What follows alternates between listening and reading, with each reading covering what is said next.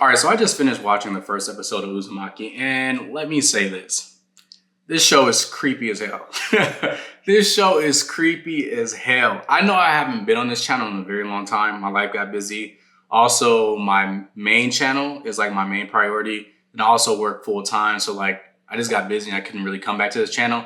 But I feel like I am definitely going to document my reactions to this show just because like when I watched it the first time, I was very confused. And then I watched it a second time. I was just like, bro, what is this show? Uzumaki is definitely going to be one of those series that after I finish watching the anime, I'm going to go back and read it just in case, like, you know, because a lot of anime adaptations typically leave out like small little bits and pieces of information. And I've already so captivated by this story and I don't know anything about it. That once I finish the anime, I'm definitely going to go back and read it. But bro, this show is crazy. This show is so wild. And let me give credit where credit's due. The sound on this show, like from either like the cracking of bones, even just like the whirlpools that were in the water, just like the wind and like the way people speak, it just gives off this very eerie, weird, creepy vibe. And like, I love it so much. And I think something that I'm not used to is anime being in black and white, but like I think the black and white makes it a little bit more creepy and a little bit more weird. So like the sound and the visuals, oh, they're going together like bread and butter. Like they are killing it right now. That first episode, like first episodes matter so much to like capturing the viewer to make them want to come back. The first example that comes to mind is like Attack on Titan. Like that first episode, like, if you weren't hooked on that first episode, I don't know how you watch TV. Attack on Titan's first episode was fire. This episode is so crazy in Uzumaki just because, like, you kind of get thrown into the story. Like, we don't know how people get taken over by the Uzumaki, by the spiral. You don't know how people get possessed by it. You don't know where it came from. You don't understand why the sun is doing a spiral. Even when, I believe her name is Azumi, when she was doing like, she was doing the tightrope thing and like the background, there was a spiral. That creepy dude that was in the classroom where they pulled his pants off and his clothes off and he had a spiral on his back. Like, you just don't know anything. You just get thrown into this creepy, eerie world where like people who are getting possessed by this spiral, it's just weird, bro. It's a crazy story. I think like 5 things. So I watched it one time and I watched it a second time. There are like 5 things that stood out to me where I was just like, I felt like this is like making me cringe. One being, first of all, the voice actor for Suchi's dad, I think that's how you pronounce his name, Suchi or whatever the main guy is. His dad's voice actor, fire. Like he just has like this weird crackling voice that makes you feel like somebody's whispering in your ear almost. Like when you know, like when somebody whispers in your ear and you kind of get like chills, like his voice actor did amazing.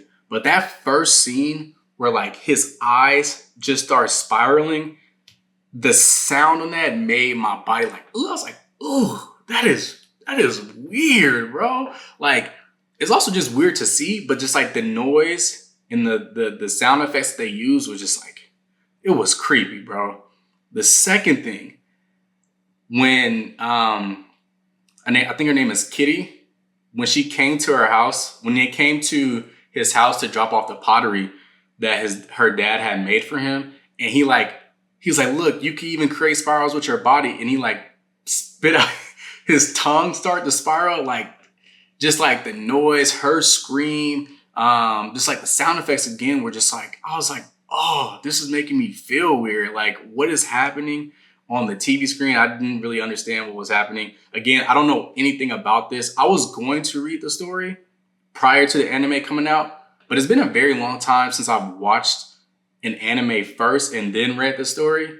The first time that I did that was for Solo Leveling.